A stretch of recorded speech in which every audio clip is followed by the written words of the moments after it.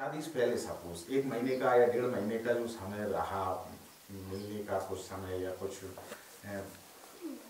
बात करने का, मिलने का या फोन पर, तो वो जो एक गर्मी थी, ऊष्मा थी। हाँ। और अब देखते हैं तो अब आज 15 साल बाद ऐसा लगता है कि कम से कम इतना डलनेस तो रिलेशन में जो फील होती है क्लियरली होती है। और इसमें मेरी कहानी नहीं, हम दोनों। आपकी उम्र क्या है? 39। 15 साल पहले शादी हुई थी? 15 साल? 2003। तब आप कितने साल की थी? 21। तो आपको बताया जाता है 40 के हैं, तो इनसे शादी करती? आपका वजन कितना है अभी? ऑलमोस्ट 80। तब आपको बताया जाता है कि एक 40 साल के 80 किलो के आदमी से तुम्हें शादी करनी है, तो कर लेती? बात समझ में आ रही है? संबंधों में गर्मी कहाँ से आएगी? जिसको उन्होंने पसंद करा था वो तो आप थे ही नहीं, आप तो कुछ और हो लिए। यही बात उधर भी लागू होती है, पर मैं जरा मर्यादा का पालन करते हुए उदाहरण आपका ही दूंगा, समझो तो बात को। भाई ठीक है, हम सब आत्मा हैं, लेकिन देह की भी कुछ कीमत है कि नहीं है? उनकी आत्मा देख के तो नहीं कहा था हाँ, और आत्माएं दो तो होती नहीं कि आत्मा का आत्मा से विवाह हो रहा है। तो विवाह तो मन से मन का और तन से तन का ही हुआ था। तो जब मन से मन का और तन से तन का विवाह हुआ था, तो तन मन को थोड़ा ठीक रखो ना। ऐसे लुचुर लुचुर गोलू मोलू हो जाओगे तो कौन सी स्त्री तुमको। और यही बात उधर भी है, बाकी आप समझाइएगा। न दौड़ोगे, न भागोगे, न खेलोगे, न खुश रहोगे, न साथ साथ। तब बारिश हो रही थी, सब नाच रहे थे, उसमें 2 ही 3 लोग थे। अब सबने थोड़े कपड़े वपड़े उतार दिए थे तो शरीर थोड़ा दिख रहा था। 2 ही 3 लोग थे जिनका शरीर सुडौल था, और बाकी सब जी वैवाहिक जीवन में जो मानसिक स्तर पर जो वो ठहराव स्थिरता आती है। बेटा मनस वनस सब बात की बात है। सर्वप्रथम हम देहास्मी, देह ठीक रखो, मामला ठीक चलेगा। बात है कि नहीं? पहली चीज शरीर है, और ये मैं बिल्कुल आध्यात्मिक गुरु की हैसियत से बोल रहा हूं। पहली चीज शरीर है, आत्मा वगैरह सब पीछे। आत्मा का आशीर्वाद होता है तो वो आशीर्वाद सुडौल देह बन के फलता है। ऐसे समझ लो, जिस आत्मा की, जिस परम पिता की तुम पूजा करते हो ना, वो आशीर्वाद ही तुम्हें यही देता है कि अगर मैंने तुम्हें आशीर्वाद दिया है तो तुम्हारा तन और मन स्वस्थ रहेगा। वो और क्या आशीर्वाद देगा? आत्मा तो निरामय होती है, निरामय जानते हो, उसे कोई बीमारी हो नहीं सकती। तो स्वास्थ्य का आशीर्वाद फिर किसको दिया जाएगा? आत्मा को।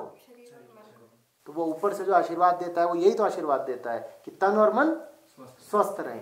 तन और मन स्वस्थ रखो, यही परमात्मा का आशीर्वाद है, और थोड़ी कुछ। 3 ही चीजें हैं जीवन में, तन मन, और अगर तुम बहुत ही पूछो कि और भी कुछ, तो मैं कहूंगा सम्यक धन।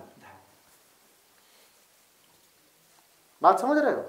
तन मन और इतना धन कि काम चलता रहे मजे में, बस, और कुछ नहीं। ठीक है? पहले दिन से मैंने कहा था आप लोग सुबह 5:30 बजे जाओ दौड़ लगाने, खेलना कूदना शुरू करो, साथ में जाया करो। और संबंधों में, आपसी संबंधों में उष्णता कितनी है, गर्मी कितनी है, वो नापने का आप पैमाना बनाओ। वेइंग स्केल को, वजन तोलने की मशीन को। वजन जितना गिरता जाएगा संबंध उतने प्रगाढ़ होते जाएंगे। बस बात बहुत सीधी है। शरीर सिर्फ शरीर नहीं होता भाई, शरीर बहुत कुछ होता है। शरीर का ख्याल रखो। अगर दोनों लोग थोड़ा समय पाते हो, 2 साइकिलें खरीद लीजिए। जितना रास्ता तय कर सकते हो साइकिलों पे तय करो। बच्चा एक ही है, 2 हैं, छोटा बच्ची छोटी 5 साल की। तो उधर से भी कोई बहुत नहीं है कि भीषण जिम्मेदारी ऊपर आ गई है। छोटा सा परिवार है, ठीक, क्या करना है, बच्चों के साथ खेलो। और कोई इधर उधर की जिम्मेदारियां बहुत नहीं। फिर काहे देवी जी?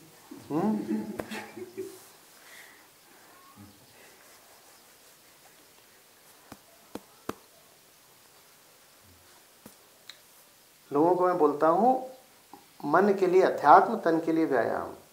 आपके लिए पलट रहा हूँ, पहले तन के लिए व्यायाम, फिर अध्यात्म।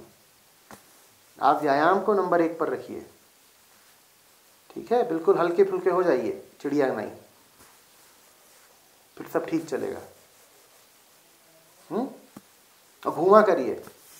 गुना में रहते हैं, दिल्ली नहीं आते। आप लोग बाहर निकलते हो घूमने घामने कभी? तो क्यों? कुछ सालों से ही शुरू हुआ घूमना। पहले क्या करते थे? यूट्यूब? नहीं गुरुजी, कहीं नहीं जाता। क्यों? कुछ इकोनॉमिकल प्रॉब्लम भी थी। कितनी? इतनी कि घूमने नहीं जा सकते? कैसी बातें कर रहे हो? कुछ थोड़ा इनका भी बाहर जाने से थोड़ा क्या कतराते थे। क्यों?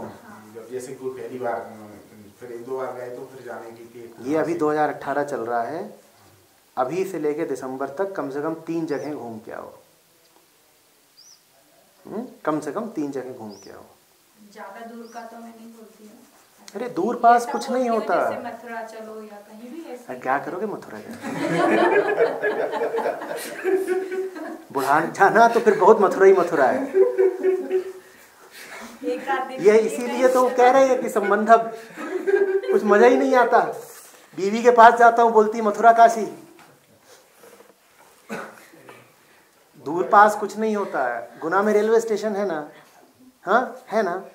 एक बार बैठ गए ट्रेन में, फिर क्या फर्क पड़ता है कि 6 घंटे की यात्रा है या 12 घंटे की यात्रा है? कोई फर्क पड़ता है? एक बार टिकट कटा के बैठना ही तो है।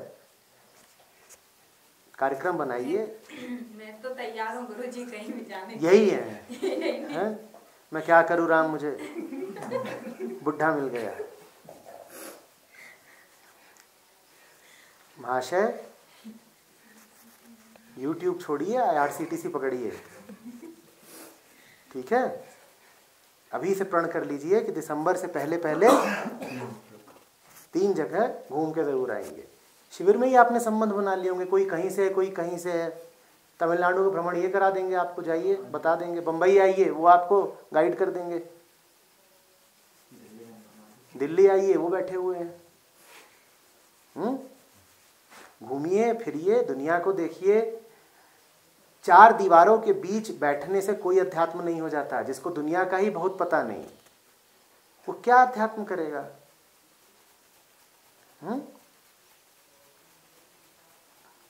मन पे आपने जो बंदिशें लगा रखी हैं उनको ढाइए। मन की दीवारों को ढहाने का ही नाम अध्यात्म है। मन ने अगर ये ढर्रा बना रखा है घर घुसनू होने का, घर में ही घुसे रहेंगे, तो इस ढर्रे को तोड़ना है, यही अध्यात्म है। ठीक है? मजे करिए। और फिर जब आप ज्यादा मजे करने लगोगे तो मैं कहूंगा बहुत हो गए मजे, अब उस ढर्रे को भी तोड़ो। चुप बैठो, शांत बैठो, बस ध्यान। जो भी ढर रहा हो उसे तोड़ना होता है। ठीक है?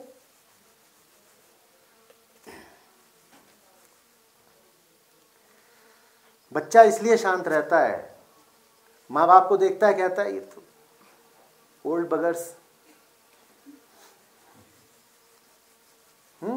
Big bourse. अपना पूरा वार्डरोब बदलिए, कैसे कपड़े पहन रहे हैं वो सब बदलिए। एक ही तरह के कपड़े जिंदगी भर पहनना कोई ज़रूरी होता है? नई चीज़ें सीखिए, गाना बजाना सीखिए, सितार सीखिए, गिटार सीखिए, ज़िंदगी में कुछ नवीनता लाइए। नहीं तो जीवन का क्या है? पिछले साल 15 साल बह गए ना, अगले 15 साल भी ऐसे ही बह जाएंगे। और एक दिन यमराज गदा लेके खड़ा हो जाएगा, जोड़ा टूट जाएगा। या जोड़ा अनंत है? किसी न किसी दिन तो टूटना है ना जोड़ा, कि नहीं टूटना है? उड़ जाएगा हंस अकेला, कि दुकेला उड़ता है? या तो आप बचोगे या ये बचेंगी, दोनों में कोई एक तो पहले चला ही जाएगा। तो जितने दिन साथ के हैं उतने दिन जरा साहचर्य में, प्रेम में गुजारना सीख लीजिए। कोई भरोसा नहीं किस दिन उसकी गदा पड़ जाए। ठीक है?